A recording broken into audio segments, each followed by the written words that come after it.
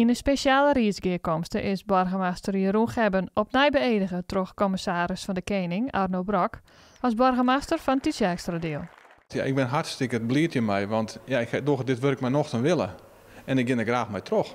We maken met name achter de schermen met heel veel dingen bemoeien. Lief en leed. Mooie dingen, maar ook minder mooie dingen.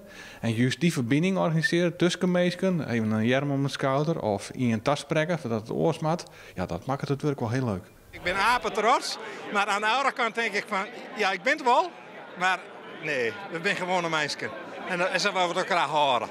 En ik ben blij dat de Rie van het Tjextradeel het besluit nam had om nog verder te gaan met hem.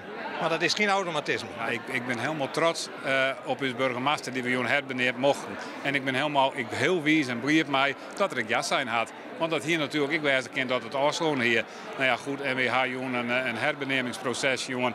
Ja, we hebben de burgemeesters, jongen, zat er is. De moeilijke dingen in de Mierskip, de mooie dingen in de Mierskip die Trouwje verteld had. Nou ja, goed, en aan het einde zeggen ik dat het ik zelf emotioneel zichzelf snel weer de zat er is. Het is een zaakkundige man. Op inhoud. Hij had ook een verliezen bij justitie en als wethouder. Is actief in het onderwijs. Maar hij is van de ene kant kan hij formeel wijzen. Maar ook lienig, als het mogelijk is. Maar hij had alle kanten. Hij is charmant.